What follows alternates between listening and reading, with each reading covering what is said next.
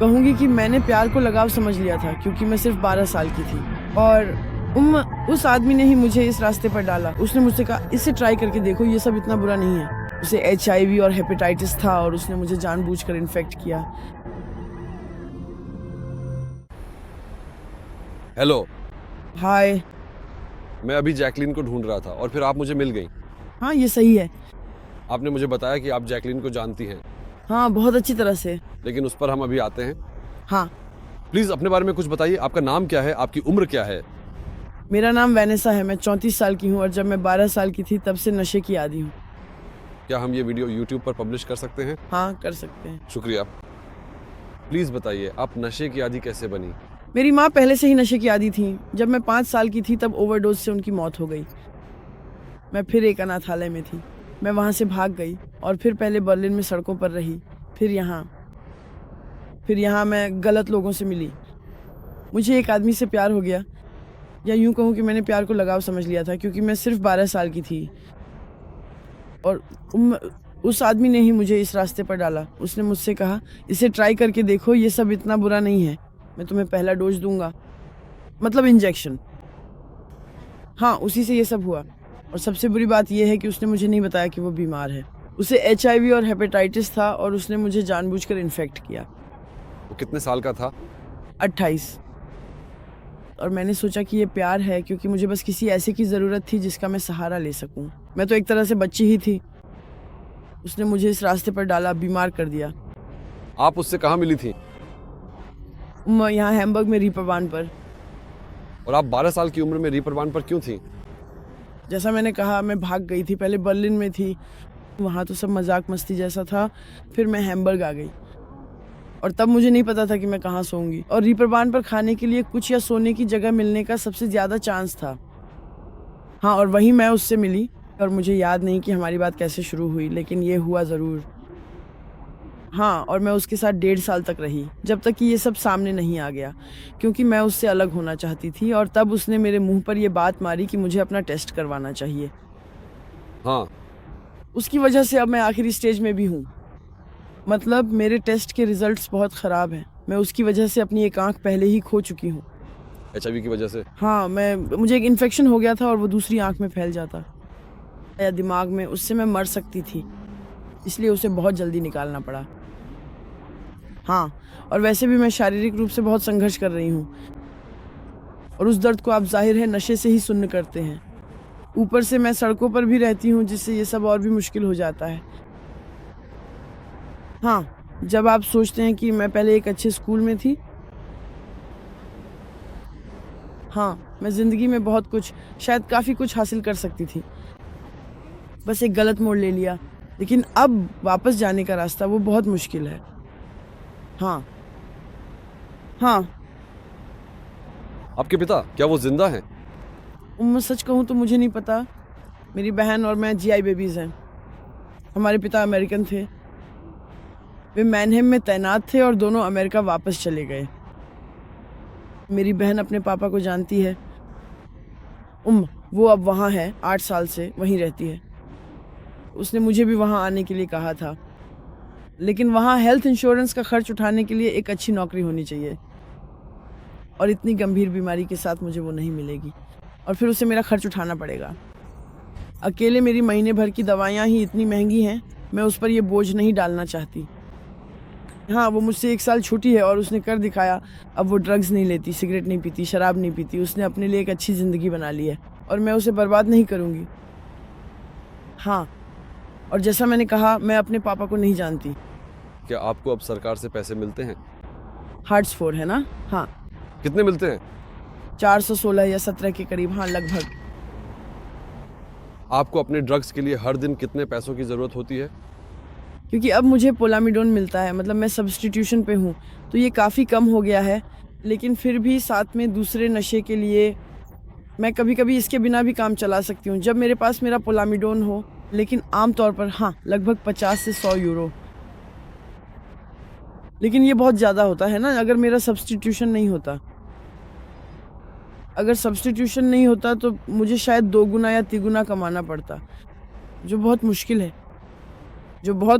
मैं जिस्म फरोशी करती थी या करती हूँ, उसके लिए भीख मांगती हूँ। क्या आप अब भी जिस्म फरोशी करती हैं? हाँ। क्या ऐसे मामले भी होते हैं जहां आपसे बिना कंडोम के लिए कहा जाता है? ऐसा अक्सर होता है, लेकिन मैं ऐसा नहीं करती। वैसे तो मैं इतने लंबे समय से दवाइयाँ ले रही हूँ कि मैं संक्रामक नहीं हूँ, क्योंकि जब आप 6 महीने तक दवाइयाँ लेते हैं तो आप संक्रामक नहीं रहते। लेकिन उम्मा वो उसमें अब कोई खतरा नहीं है, लेकिन फिर भी मैं ऐसा नहीं करूँगी। मैंने अपने निजी रिश्ते में भी ऐसा नहीं किया। क्या ग्राहकों के साथ झगड़े होते हैं? होते हैं। पिछले साल तो मुझे लगभग मार ही डाला गया था। उस आदमी ने मेरा लगभग दम ही घोंट दिया था। रिपरवान पर, हाँ। हमने एक कीमत तय की थी और एक पिछवाड़े में गए और उसने मुझे सिर्फ 5 यूरो दिए। मैंने कहा मैं ये नहीं करूँगी।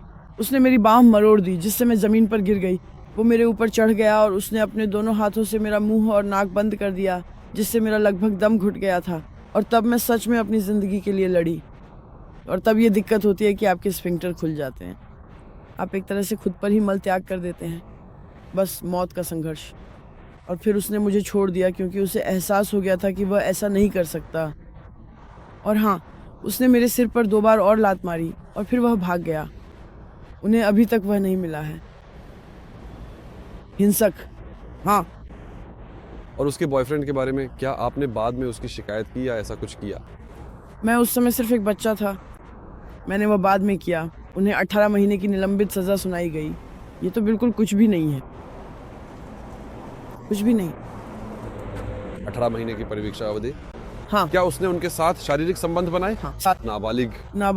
नाबालिगों को नशीली दवाएं देना, अपराध करना और लेकिन चूंकि वह स्वयं मादक पदार्थों के प्रभाव में था, इसलिए आपराधिक रूप से उत्तरदायी ठहराए जाने की उसकी क्षमता कम हो गई थी।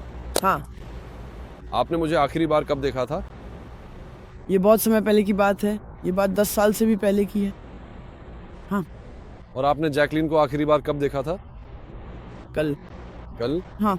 वह कैसी है? अब उसके बाल चमकीले लाल रंग के हैं। हाँ, बहुत ही चमकीला लाल रंग। हाँ। वह कैसी है? खैर, मैं कहूँगा कि उसकी हालत ठीक नहीं है, लेकिन इतनी भी बुरी नहीं है कि हमें यह चिंता करने की ज़रूरत हो कि वह कभी भी गिर सकती है। मेरी तरफ से उन्हें नमस्कार कह देना। मैं माफ़ी मांगूं? क्यों? कृपया मेरा प्रणाम कहिएगा। हाँ, मैं करूँगा। हम ये बहुत करते हैं। हो सकता है कि आज आप यहाँ घूमते हुए हमसे मिल जाएं। शायद। अगर ऐसा नहीं होता तो मैं निश्चित रूप से उनका अभिवादन करता हूँ। धन्यवाद। क्या वह अभी भी अपने बॉयफ्रेंड के साथ है? सच कहूँ तो मुझे नहीं पता। मैं आपको ये नहीं बता सकता। आपकी बीमारी एड्स के साथ आपको किन बातों का ध्यान रखना चाहिए? जीवन में क्या बदलाव आया है? क्या अलग है? क्या अलग है? क्योंकि मेरे पास ये चीज़ बचपन से ही है। मुझे इसकी आदत हो गई है। मुझे लगता है कि अगर आपको ये बीमारी वयस्क होने पर होती तो ये और भी मुश्किल होता। आपको इस बात का ध्यान रखना होगा कि यह केवल यौन संबंध के माध्यम से ही फैल सकता है, या फिर रक्त के माध्यम से। और अगर आप दवा नहीं ले रहे हैं, लेकिन मैं ले रहा हूँ, यदि आप 6 महीने तक दवा लेते हैं तो आप निर्धारित सीमा से नीचे होंगे। सैद्धांतिक रूप से वह बिना कंडोम के भी सामान्य तरीके से गर्भधारण कर सकती है और बच्चे पैदा कर सकती है। लेकिन यह ध्यान रखना महत्वपूर्ण है कि दवा के प्रभाव में ऐसा नहीं करना चाहिए। अगर आपको चोट लग जाए तो हमेशा कंडोम का इस्तेमाल करें, खून के पास किसी को ना आने दें, खुद ही पट्टी बांधें और हमेशा साफ सुथरे रहें। कोई घाव नहीं। लेकिन इसके अलावा वास्तव में ऐसा नहीं है। बहुत से लोगों का मानना है कि यह बेहद तीव्र है। आपको इससे इतना डरने की ज़रूरत नहीं है। इस बीमारी से पीड़ित लोगों को अभी भी काफ़ी भेदभाव का सामना करना पड़ता है। मुझे ये बात लगभग हर दिन देखने को मिलती है। अब मैं आपसे कुछ प्रश्न पूछूंगा। हाँ। वैसे मैंने पहले ही कुछ लोगों से पूछ लिया है। हाँ, हम थोड़ा तेजी से सर्वेक्षण करेंगे। वे थोड़े भ्रमित हो जाएंगे। कोई बात नहीं, ये ठीक है। बस जवाब देने की कोशिश कीजिए।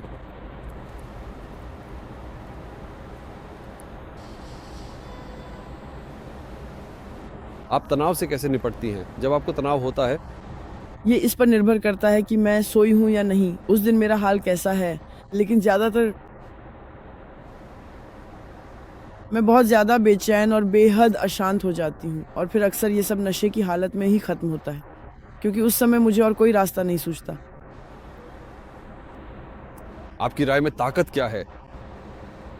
ताकत कभी कभी ना कह पाना भी। मान लीजिए अगर आपको पता होता कि कल आपको कोई बस कुचल देगी, हम्म, कोई, तो वो आखिरी जरूरी चीज क्या होती जो आप करती? वो आखिरी करती मुझे लगता है मैं अपने एक्स बॉयफ्रेंड से एक बार और मिलने की कोशिश करती। हम अब साथ नहीं हैं, पर मैं उससे अब भी प्यार करती हूँ। हाँ, शायद यही आखिरी चीज़ होती जो मैं करती।